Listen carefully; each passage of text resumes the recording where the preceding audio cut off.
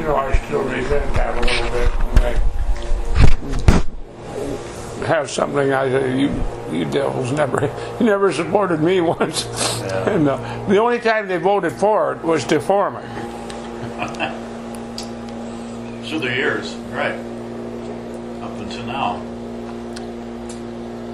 But If it hadn't been for the local option sales tax, we'd have never had any new facilities. Yeah, we would still be fighting. that was a godsend. I hope they don't overdo it now. They need to slow down a little bit now, I think. I think they pretty well got what I they hope need. so.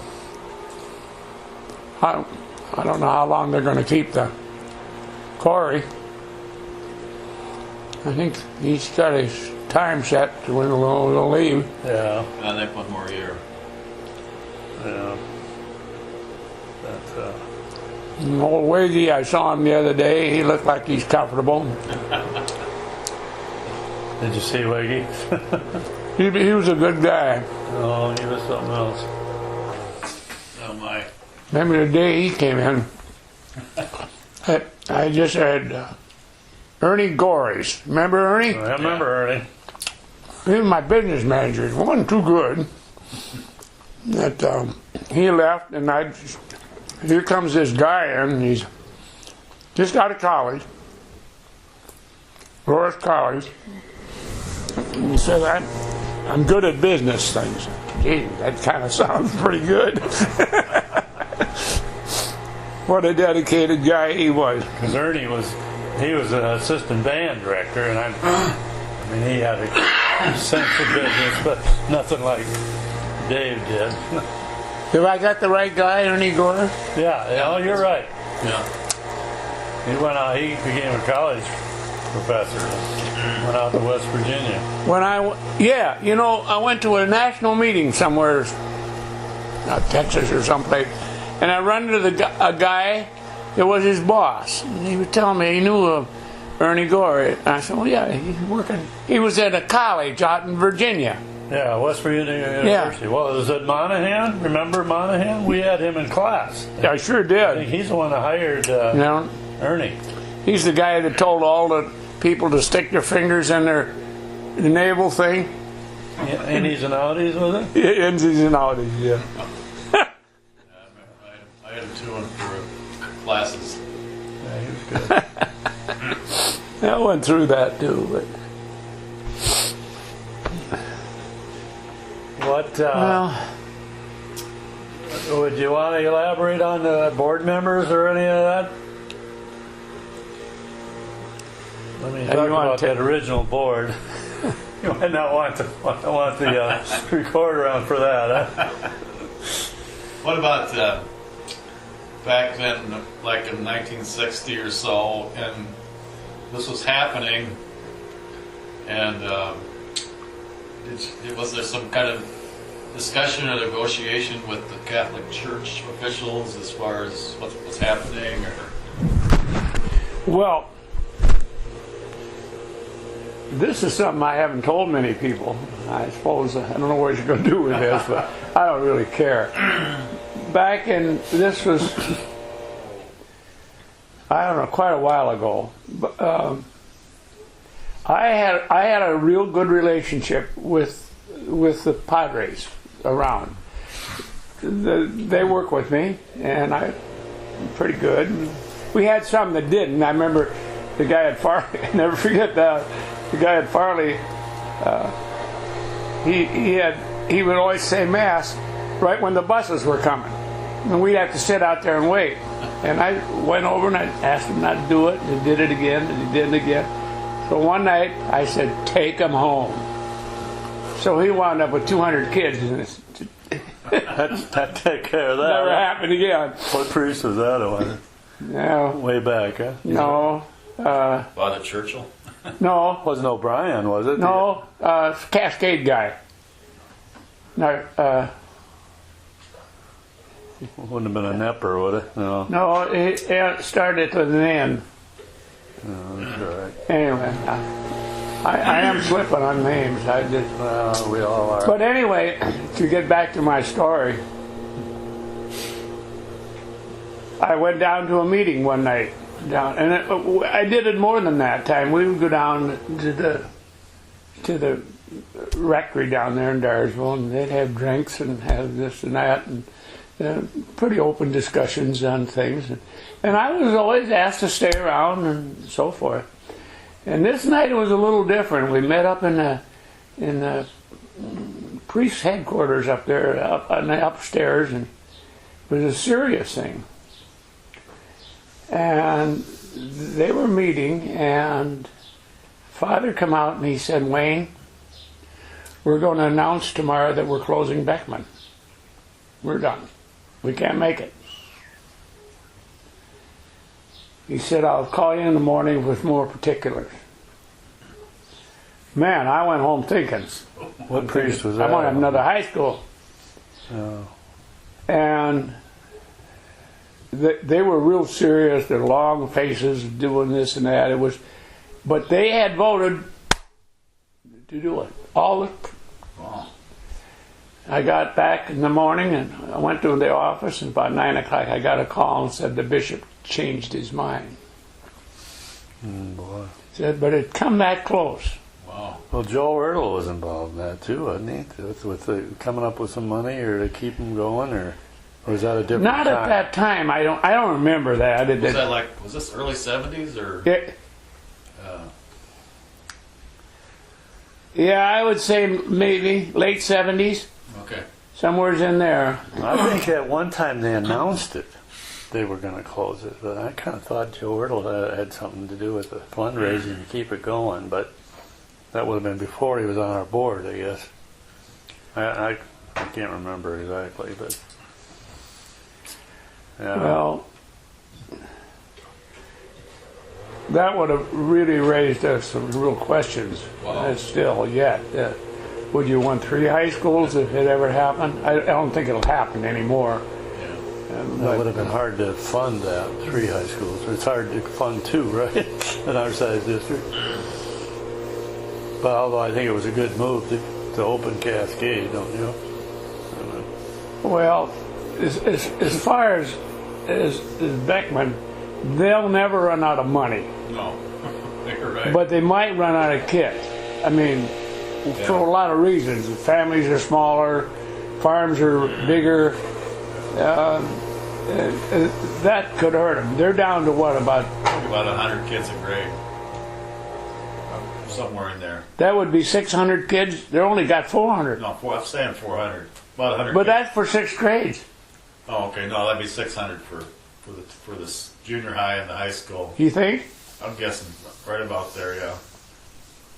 You know, Okay, maybe. Greg's Waller's down pretty bad, yeah. They're way down. Yeah.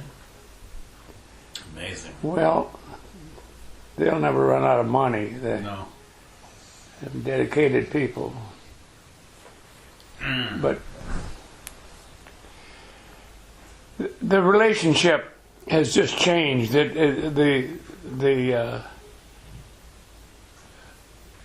don't know what it's like now, but I think, speaking of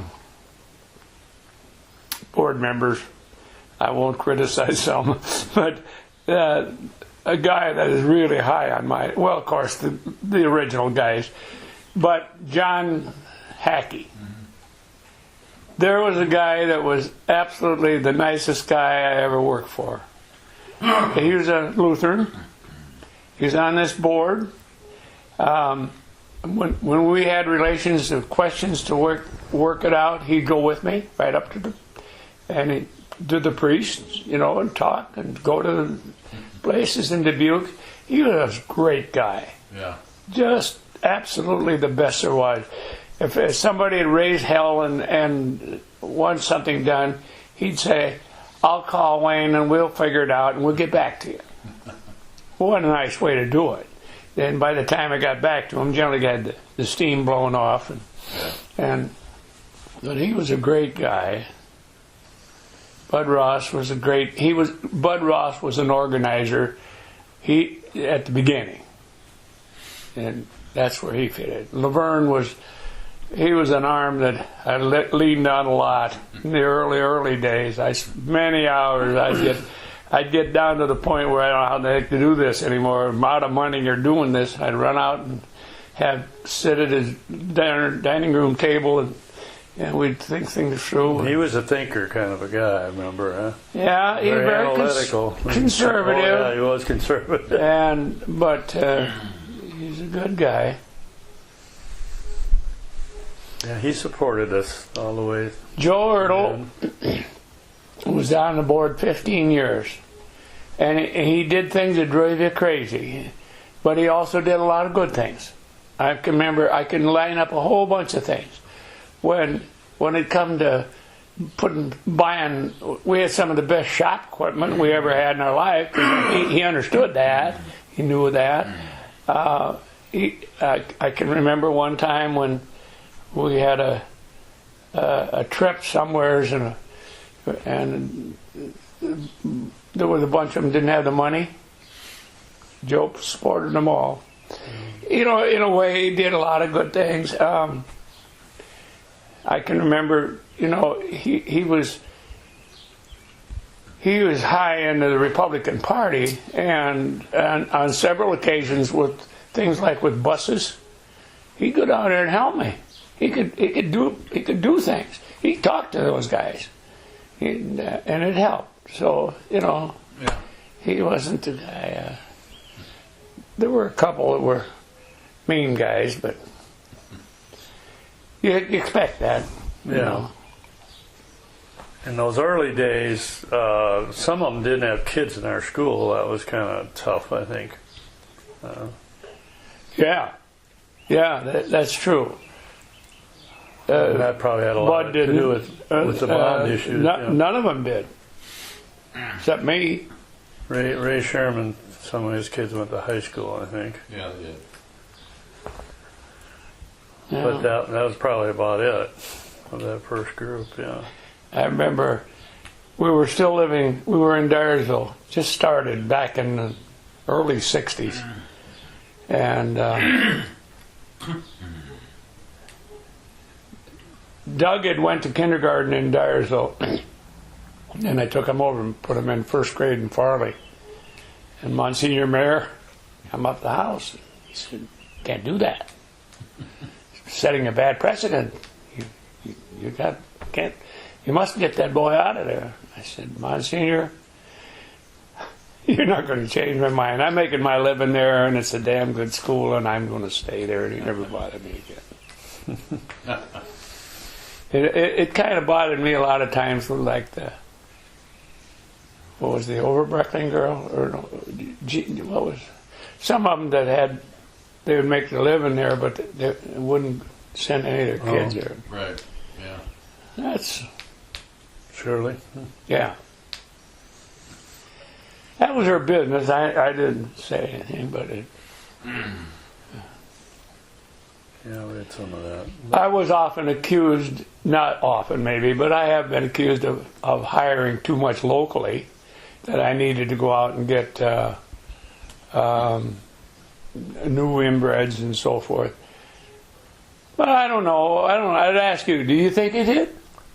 I did hire a lot of people if they had a kid that was good, and that's the way they supported the district and paid taxes. And Well, I thought this has always been a pretty good cross section of, I think so. you know, within and people from without, and you know that hiring for without hasn't worked too well in Dubuque, because they're hiring superintendents from Chicago who last about. Yeah. I mean, come on.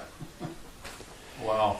It was interesting. When was that? You probably know about as good as I do, that when all the nuns were leaving. Yeah, that was in the late 60s. And the word got out. Vatican II. I hire one, and then she'd tell two more. Yeah, like you said, I had a bunch of them. Well, you had your share too. And at Farley, I remember I got grieved by Shirley, actually.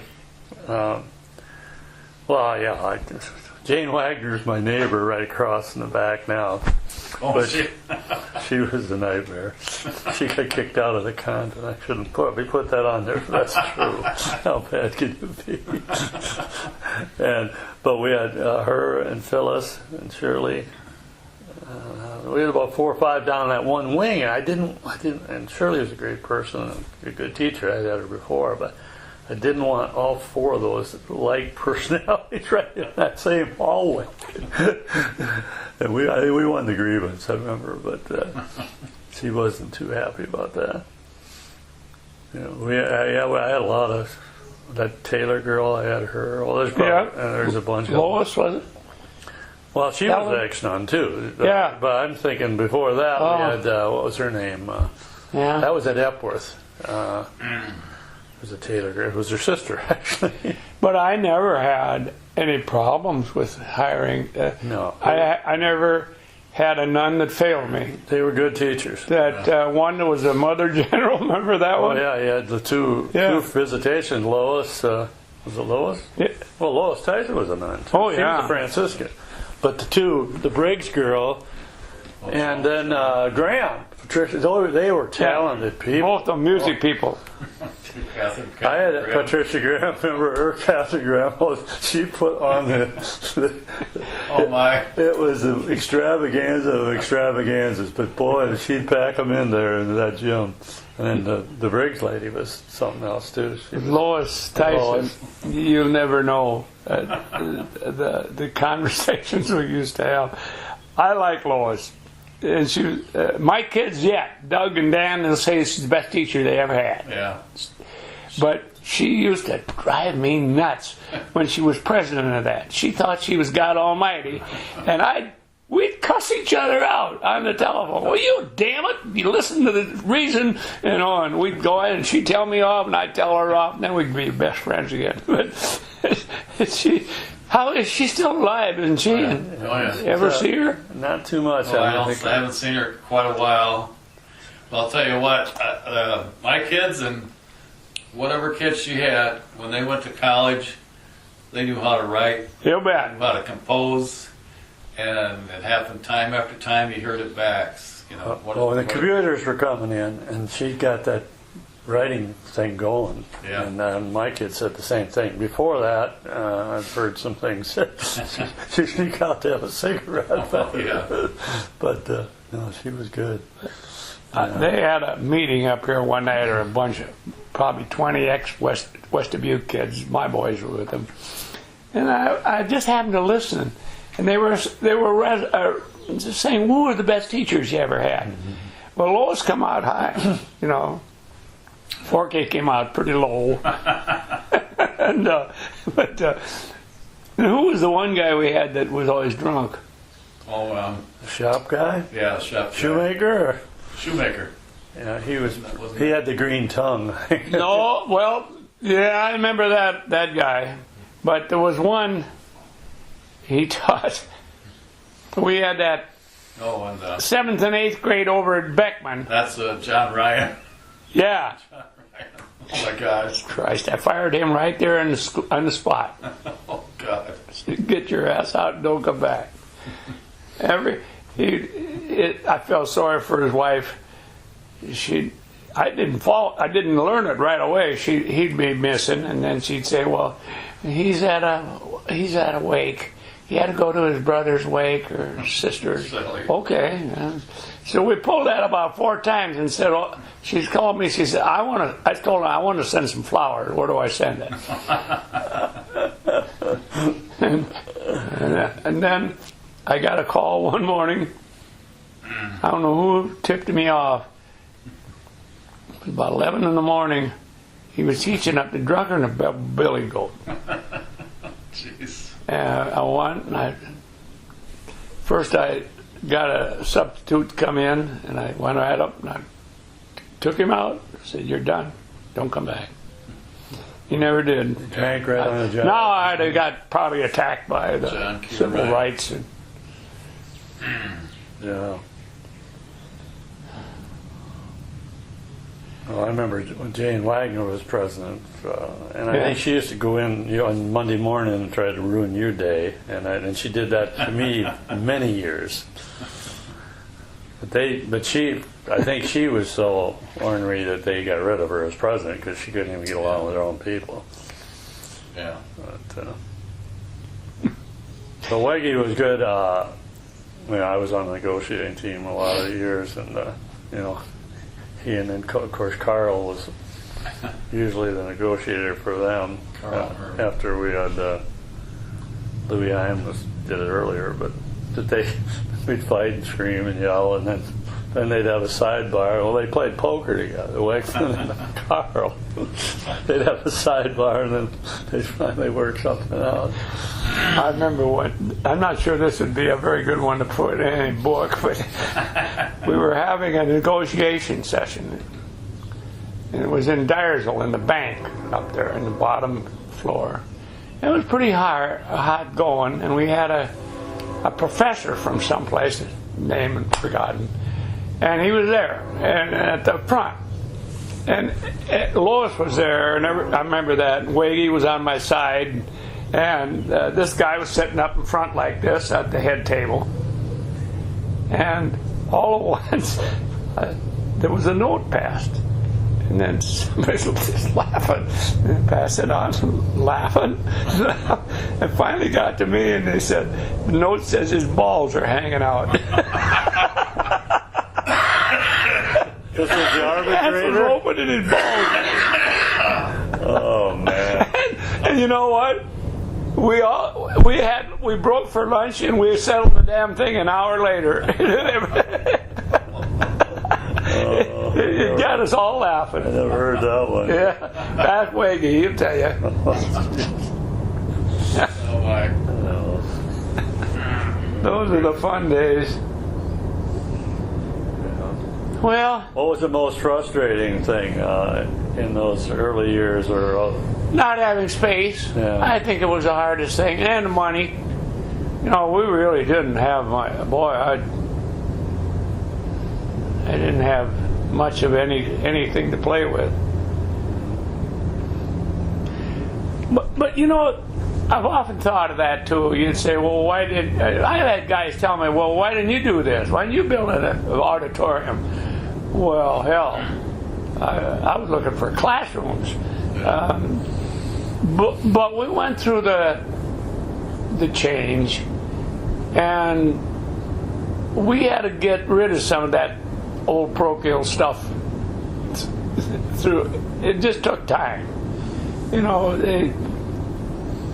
Remember they said building a gymnasium. Hell, we don't need a gymnasium. Let them run behind the buses. But it was hard to get money. I still think it's probably still one of the cheaper school districts in the country, in the state, for what we're doing. I don't know exactly now, but when I left, I had $1 million in excess. Maybe I was too conservative. I don't know. That state equalization probably helped somewhat too, I suppose. Well, the guys now got the 1 cent thing. Plus, they got West Dubuque is getting a lot of growth. Yeah. New businesses, look what's happening out of Dyersville. My God, they got whole blocks of people coming in from Australia and everywhere, crutches, and every one of those is bringing money. They got a lot of new companies over there? Yeah. Oh, yeah, really. And then the tax base of all those buildings in Cascade. And look what's happened at Piasta. I mean, that's what I meant, Piasta. Yeah. Those are all paying property tax. I remember one of the last years I was there, it came up one night at a board meeting on building, and I mentioned Piasta, and I got shot down right quick. But I remember I said to Harriet, I want you to make an entry in the minute book that I predicted there's going to be a major growth in Piasta. So somewhere in there it is. I don't know. It didn't do any good. Wow, it's still happening. Yeah, Piasta is going to be bigger than Dyersville pretty soon. Yeah, they're just voting on annexing Thunder Ridge to Piasta. Are they? The town? Well, it's a development right north of Thunder Yeah. Hills. Would that be attached to the town, I Piasta, guess? yeah. Well, there's a lot of stuff in between. Where is it? too. Which direction from Thunder Hills? North. North. That's it started. Thunder Hills isn't in Piast, is it? No. No, and then Bird's Acres isn't either, but that'd be the next, huh? Bird's Acres voted against it about 6 or 7 years ago because the Birds family owned a bunch of lots at that time and they had control of the boats. Oh, okay. But they should be part of Piasta, Yeah. you know. So that's all going to become a metropolitan area at some point. Yeah. And the income level of those that area is really high. Yeah. Yeah. So, what are you going to do with all this information? What's going on? Well, the only one thing I want to do is make sure it's archived at the district office. You know, so it has some background and history. It's there. It's Well, Weggy said, knew you probably talked to you too. I He don't was know. going to have some They were going to. $50,000 worth of funds or something. Well, yeah, I guess I think he's talked to Jeff, and I don't know if he talked to board members about putting some money out there to hire somebody to write the history. Which Does that fall through? no, well, I don't know if it's I think it's formally still there. been done. Yeah. I think there was discussion about it, and I don't know how. Now we got a email from I think Dave probably passed it on from Bob McCabe, who's on the board, and Laverne's daughter Yeah, I think it has has some information. has all the old letters. She saved all the nasty letters and everything. She said Laverne told her, Yeah. "Don't let anybody throw that away." Well, and nobody's ever. We haven't Looked at picked them up, yet. I think, but yeah, it's there. I had a drawer in my desk that I put all this stuff over 30 years. And I had a bundle. That day I left it, burned them up. Nah, forget them. One thing I wouldn't do is, they wouldn't tell me, they called me and didn't identify, I just hung up. I would never try to talk to somebody that wouldn't tell me who they were. You got to teach them that. Yeah. There wasn't that much of that. A few whackos. Well, you were good about being open. I remember Friedman would come in, you'd Leonard Friedman. give him his time, and there were, I think that old guy from Holy Cross, Yeah. Undershite, Yeah. and Yeah. give him their time, give him a little time, and You know that old, what was the name? Bill Hedershit? Huh? Was it Bill Hedershit? Yeah. Yeah.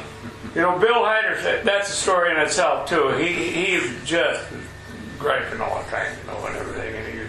And I don't think he's ever been in a big building before. But he came in there one day, and it was just about noon. I said, I'm going to dinner. And he had his wife with him. I said, I'm going to take you guys to dinner. Come on down. So I paid for it, and they had school lunch. Shit, I made a friend for life. Well, I just met his son on the trip to Washington last week. Was that right? And he was telling me that. Yeah. that really was impressed when you fed him that day. Did we go to Washington, D.C.? I went down that honor flight. Oh, did you? Yeah, Oh, just great. 2 weeks ago. Oh. 3 weeks ago. That was super of that, huh? And, Had her kill me. and so his kid was one of them too? Yeah. Bill Heidershei's son was one of them, yeah. Well, I remember that Heiderscheid. I think we opened, I was principal, of course, I had all those elementaries, and then we added Holy Cross. I'd go to Dyersville Holy Cross on Friday. And we had an open house or something for that new building. And I remember I was up there, and he came in there, and he kind of turned his nose up at me, and the fact that the school was there, and I wanted to tell him, I didn't, that the Irish were here before you were. My great-grandfather lived right up on the Ridge Road. Good for you. And I belong here just as much as you did. I didn't, but I thought about it. Well, there was a lot of ignorance. Who was the old, never forget the custodian up at Holy Cross? You hear that story? Oh, what was his lake or something? Was it a lake? Yeah. Probably.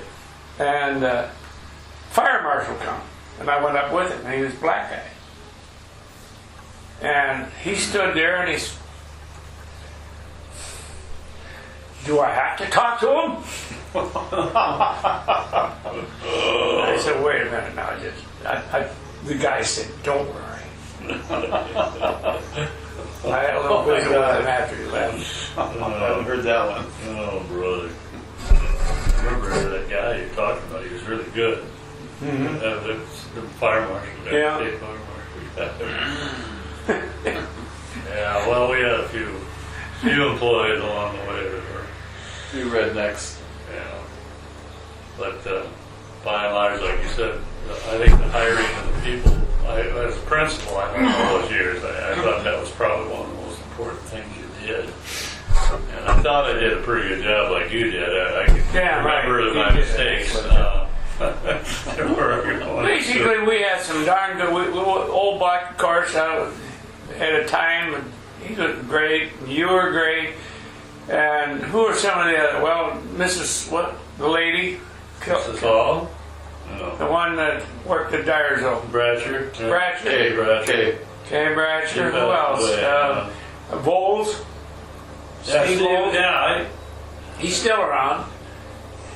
well, I got an invitation to the 64 graduate. Oh, they're having a party or reunion this summer, and I had taught all those kids history and phys ed and coached them, and Linda Raldus and Mary Ellen Zalaznik, and but they were and Bill Mauser, and they were telling me about teachers at the Methodist dinner on Labor Day there, or on Memorial Day, and they mentioned Steve Voles. I said, well, I didn't remember he taught at the high school the year before. He went. He was at Epworth High School, I think. He worked at Cascade too, didn't he? Yeah, why not? Yeah, I See, don't know. he was an administrator later, wasn't he? Oh, he's superintendent, Over in yeah. Illinois. Yeah. Illinois. He still, I saw his name in the paper just not too long ago. His brother was my classmate. In fact, I think he was in our class, wasn't he? No, that's Pete Voles. That's That's his right. brother. Steve was older. He was older, okay. But I didn't know, but I think he must have taught with Buck the year when I was at Piasta. And, because I didn't, he wasn't in the high school that first year. He must have left. Who's that? That's he write the letters? Or who was that guy now? That was, Dick Malou. Oh, yeah. Oh, Dick, yeah. Is that Muddy Boots? Is that Yeah. what that is? Yeah. He's a little on the conservative side. He wrote me about, he is, isn't he now?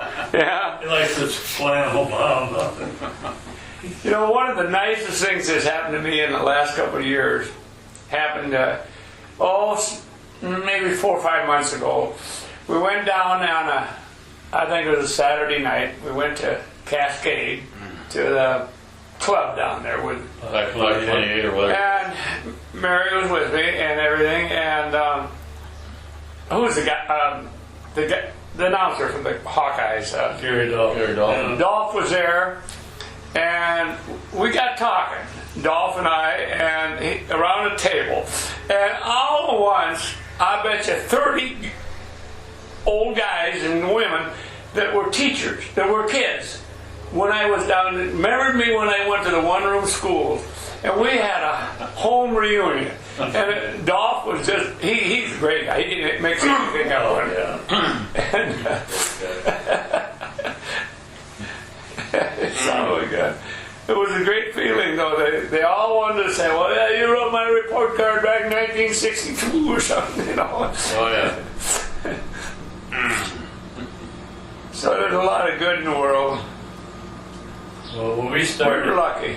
yeah, when we started out, I remember, well, like even that first year. What was your salary that year? Well, the first year I got 4,600, I think. No, 4,650. I got 250 for 44 was base and 250 for coaching baseball and basketball. The next year when we went to New Building, I got 4,800. Went up 150. Well, I remember, as long as it's not in negotiations, Don Shield, we didn't have collective bargaining, but we had the WDEA, and I was the first president. I remember Geraldine, secretary. Anyway, Don Shield had this idea of an index, which but it was percentage increase. You know, you had a good scholarship overall. So we presented that. Of course, the board didn't like percentages and all this and that.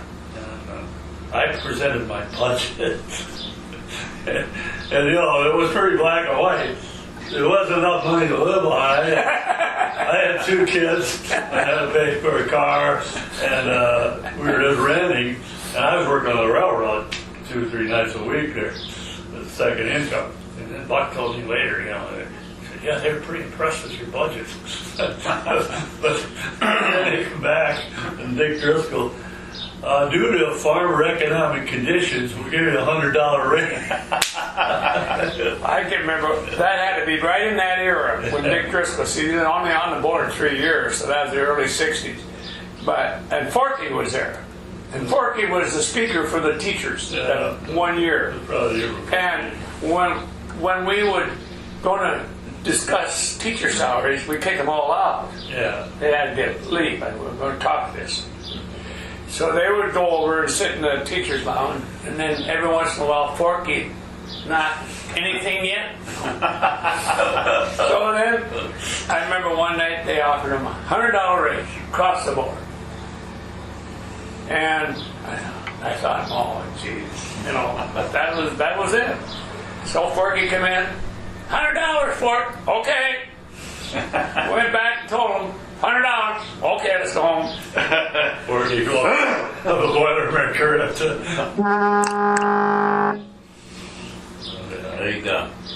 I'll forget the day that he was teaching in that back hallway, and Burned his, he always had his pipe. burned a hole in his. And it started to smolder.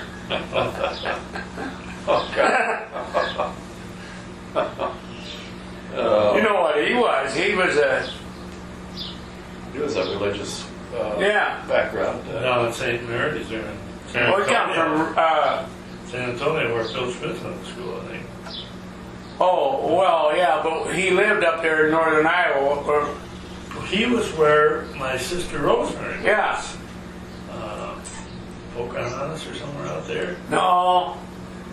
Yeah. But anyway, German country. Rosemary, he was actually a custodian out there at that time. Or it sounded like. I don't know what he. I still talk to Bob now and then he's got a sister, or a daughter. He's got relatives around here yet. Yeah, I saw Bob at the Gulfside restaurant a week ago, probably. Okay. Yeah, Is that a good place to eat? it is. If you invest, we've had is they have a family style breakfast brunch. Do they? Every On Sunday? Yeah, every Edward Sunday. Goldsberry or where? Yeah. Where are you talking about? Used to be the nightlife. Oh, okay. That's good food. Is it? What's Yeah. the name of that place? I think it's Gulfside. Yeah. Okay. Jeff Overbreckling runs it. Oh, okay. He went to our school. Sure. Yeah. That place, you know, they said they never had a tornado either because there were something. I heard that story. If anybody got hit with one, it would have been that Kramer guy that ran after a year or so. You remember him? Are we off the record now? Oh, I can put it off the record.